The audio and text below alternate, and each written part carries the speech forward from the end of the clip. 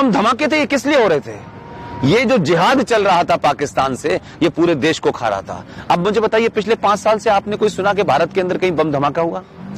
जो बम धमाका करने आ रहे थे उनका इलाज जम्मू कश्मीर में ही हो गया है। वहां की सरकार जो इस आतंकवाद में लिप्त थी, वहां के जो ब्यूरोक्रेसी उसमें लिप्त थी, उन तमाम सारे लोगों को करटेल कर दिया गया। तो आज अगर कहें तो सच मानने में जम्मू कश्मीर आज भारत का अभिन्न अंग हुआ है, इससे पहले नहीं था। ये झूठ था, पाखंड था, हर नेता यही बोलता था, लेकिन भारत का अंग नहीं था। भारत का अंग होता तो फिर तिरंगे के ऊपर वहां पे झगड़ा क्यों होता, फिर तिरंगा क्यों नहीं फहरता था? जम्मू कश्मीर में तिरंगा फहराने वालों को मारा जाता था, लेकिन जम्मू कश्मीर में आईएस इस्लामिक स्टेट का काला झंडा फहराने वालों को नवाजा जाता था कि भाई ये तो बड़ा अच्छा काम किया है। तो आप कहेंगे ये भारत विरोधी नहीं था? जम्मू कश्मीर का पूरा मुस्लिम सिस्टम, जम्मू कश्मीर की पूरी जिहाद की फैक्ट्री, सारा सेपरेटिज्म और ये Mehbooba Abdullah, they are part of the आतंकवाद, दे आर पॉलिटिकल आतंकवादी। होल प्रोफेसर, वाइस चांसलर जो उस जम्मू में थे, दे आर ऑल इंटेलेक्चुअल आतंकवादी। इन सब का एक नेक्सस था, उस नेक्सस को आप तोड़ेंगे तो 70 साल की जिनकी सत्ता जाएगी वो फिर शाहीन बाग के बाद बाहर बैठेंगे, तो कोई नई बात नहीं है। मुझे लगता है कि अगर बीमारी है तो बीमारी का इलाज होना चाहिए, वो हिंदू हो, मुसलमान हो, सिख हो, इसका देश इंपॉर्टेंट है, राष्ट्र इंपॉर्टेंट है, और जो राष्ट्र के साथ खड़ा होगा वही भारत के संसाधनों का इस्तेमाल करेगा। जो भारत के खिलाफ होगा, अगर उनको गोली भी मारने की जरूरत पड़े तो गोली भी मारनी चाहिए, क्योंकि राष्ट्र को बचाना है, कोई इंडिविजुअल्स को नहीं बचाना है। और अगर किसी ने तय कर दिया है कि हम भारत तेरे टुकड़े होंगे इंशाल्लाह इंशाल्लाह, तो उनको मैं बार बार कहता हूं, ये 1947 का भारत नहीं है, ये 2020 का भारत है। अगर भारत के टुकड़े करने की जो बात कहेगा, उसका भारत के लोग उसके टुकड़े कर देंगे, ये ध्यान रखिएगा। Sir, what is 30A? 30A Bharat के संविधान में एक ऐसी धारा है,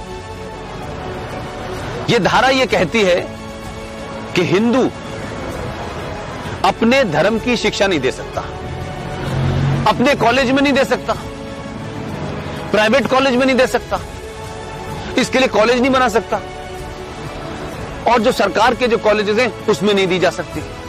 लेकिन एक धारा है 30, वो 30 धारा मुसलमानों को इस बात की इजाजत देती है कि वो अपनी मजहब की शिक्षा के लिए कॉलेज खोल सकते हैं, वो मदरसे चला सकते हैं, क्रिश्चियन अपने मदरसे चला सकते हैं, स्कूल इंस्टीट्यूशन चला सकते हैं, जहां वो अपने मजहब की शिक्षा दे सकते हैं। मेरा सवाल यह है, क्या संविधान के निर्माताओं को इस बात का बोध नहीं था कि सिम्मी जी, अगर आप अपने धर्म की शिक्षा आपको नहीं मिलेगी तो आप में संस्कार कहां से आएंगे, आप में फेथ कहां से आएगा, आप वेद क्या हैं, पुराण क्या है, कैसे जानेंगे अगर आपसे कहा जाए आपको यह नहीं पढ़ना है।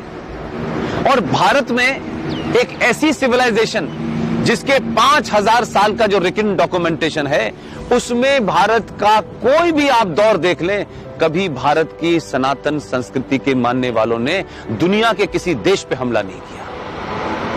ये शब्द बलात्कार हमारी संस्कृति का हिस्सा नहीं था। ये घूंघट इसलिए नहीं था कि हमारे यहां था, हमको गलत नैरेटिव दिया क्या। ये भारत के अंदर जब मुगल शासक आए, उनका एक ही एजेंडा था कि जितने गैर मुस्लिम औरतें हैं उनका रेप करके उनकी नस्लों को सुधारना है।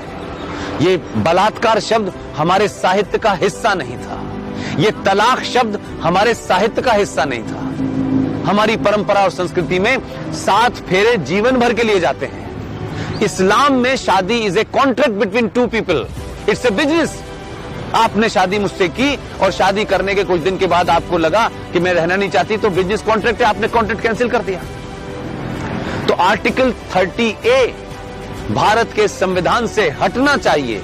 इस देश के 90 से 95 करोड़ हिंदुओं को उनका शास्त्र क्या कहता है, उनका वेद क्या कहता है, इसकी शिक्षा की इजाजत देनी चाहिए।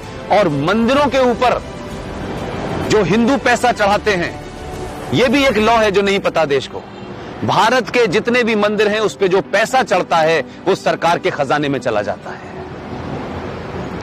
और भारत के मजारों के ऊपर जो पैसा चढ़ता है, जो गुरुद्वारों में पैसा चढ़ता है, वो सारा का सारा पैसा उस धर्म के मानने वालों के पास चला जाता है। सिर्फ भारत के हिंदुओं का पैसा जो आप अयप्पा पे चढ़ाती हैं, जो महाकाल पे चढ़ाती हैं, जो वैष्णो देवी पे चढ़ाती हैं, वो पैसा सरकार ले लेती है। तो अगर भारत के मंदिरों पे चढ़ने वाले पैसे से भारत के लोग, हिंदू लोग, सनातनी लोग अपने विश्वविद्यालय खोलना चाहें कि हम सनातन के बारे में बताएंगे, पुराणों को पढ़ाएंगे, तो उसकी भी छूट नहीं है। ये संविधान में 2 धाराएं एंटी हिंदू हैं, इनको समाप्त होना चाहिए।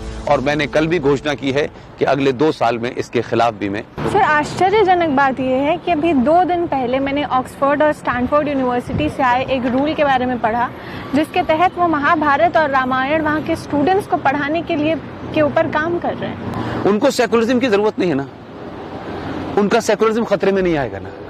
ये पाखंड भारत में हुआ है और भारत के नेताओं ने किया है और भारत के हिंदू स्कॉलर्स ने किया है। ये लालच और प्रोपेगेंडा और सत्ता की लालसा में बहुत सारे हिंदुओं ने गलत काम किए हैं। आज ये देश उनके कामों की वजह से भुगत रहा है।